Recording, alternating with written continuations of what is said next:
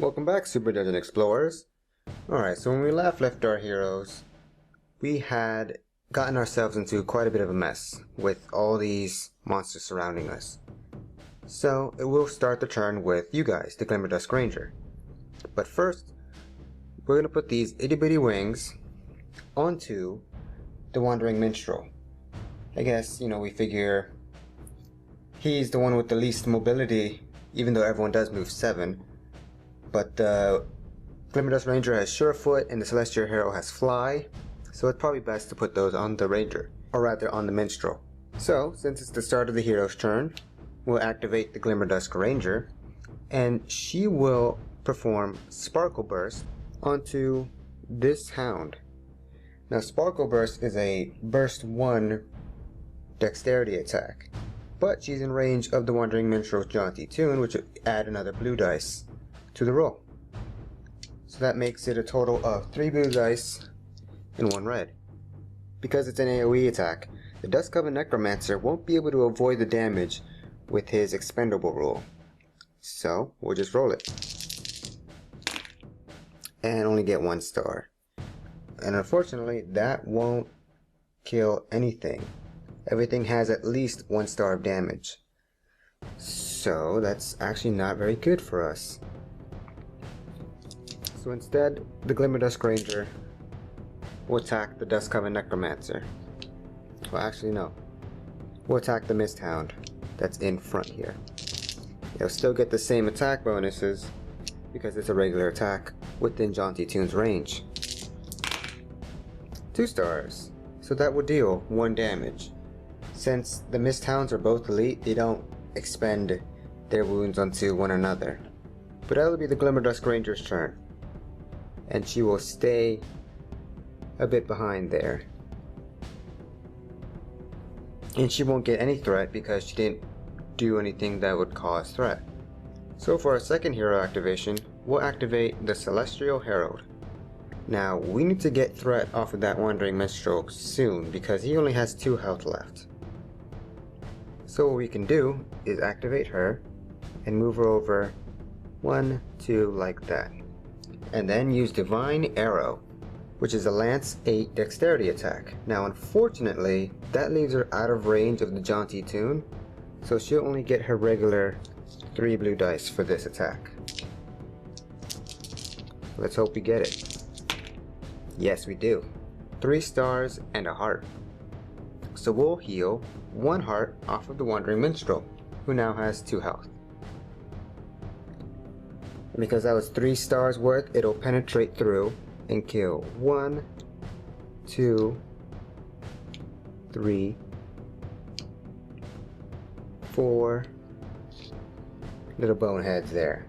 And they will all drop bone piles. Although I do not have enough bone piles for all the ones that have died. So we'll just stop putting them down right there. And that's 4 monsters destroyed, so she'll get all of the Wrath tokens, giving her a total of 5 Wrath tokens. And that was only 2 of her actions. She can still perform a 3rd one. And what she'll do instead is drink the Wandering Minstrel's potion. Now drinking would cause her to gain another threat, but she's already maxed out. But what the Wandering Minstrel's potion does, it's a wave 3 knockdown. So that means everything within 1, 2, 3 actually gets knocked down. And what knockdown does during arcade mode is that a monster suffering knockdown may not perform commands until the next move command. Instead of moving it, it would remove the knockdown command instead. So if it was to reveal attack, it couldn't do that unless it also revealed a move. And even if it did reveal a move, it wouldn't be able to move because it's instead removing the knockdown. So these hounds, 1, 2, 3, 1, 2, 3, and the Dust-Covered Necromancer have knockdown. And of course, the spawning point is immune to all status effects. And it doesn't reach these other boneheads over here. But she still has 1 action point left. So she will attack the Mist Hound here that has 1 point of damage on it. But before she does, she will move back into the range of Jaunty Toon, so that she now has 4 blue dice for this attack. 1, 2, and that does enough damage, and it's another heart. So that heals our Wandering Minstrel for another point. So we'll deal 1 more damage to that predator on the right, leaving it at 1 health.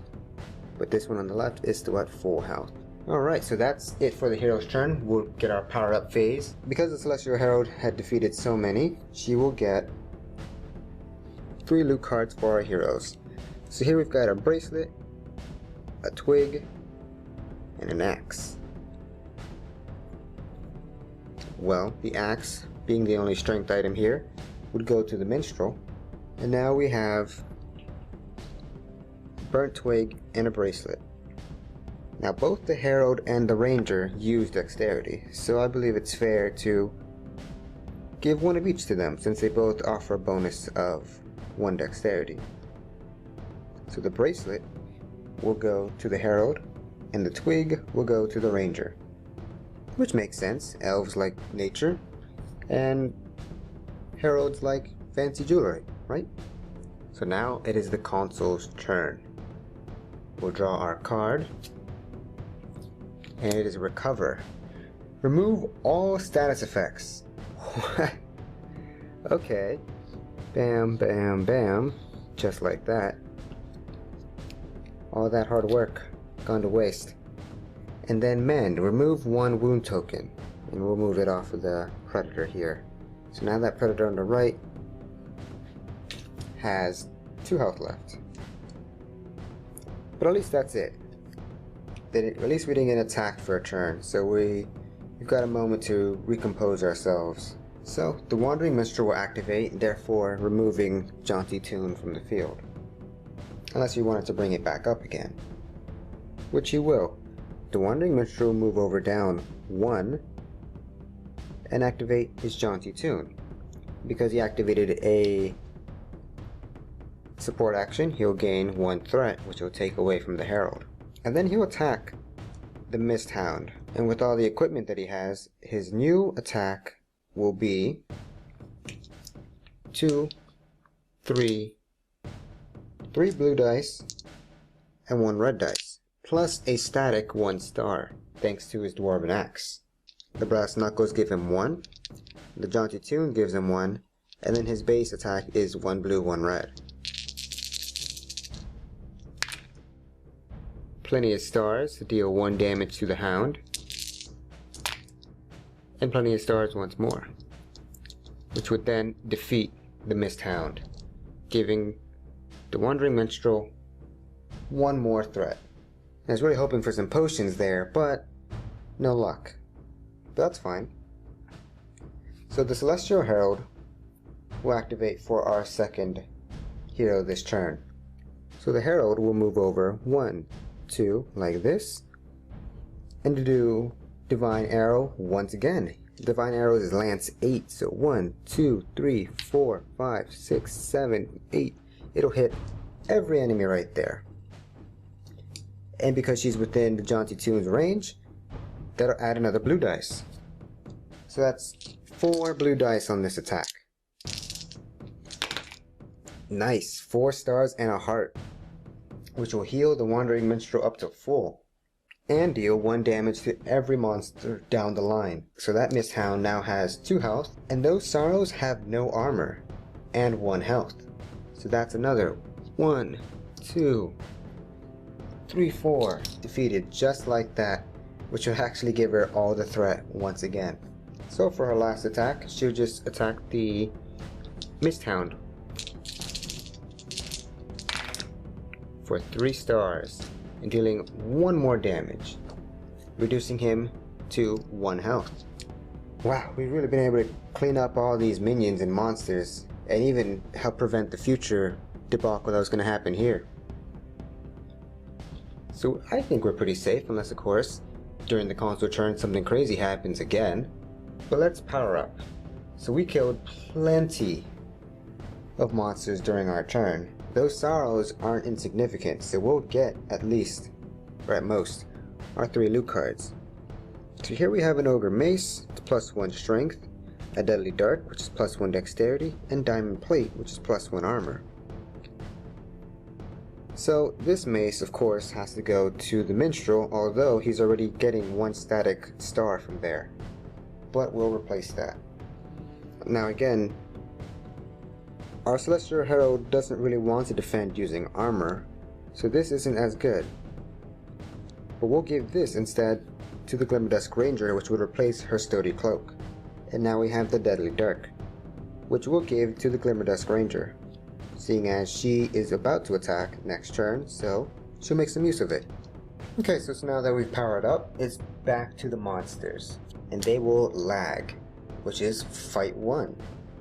Alright, so everyone stays right in place, and we'll check the Dust-Covered Necromancer, who is within gang range, so he uses gang values, which will be a range of 3 and action points 3 and 3 stars, and that's all going towards the Celestial Herald. Alright, so she has to defend 3 times a 3-star attack. Okay, let's try it out.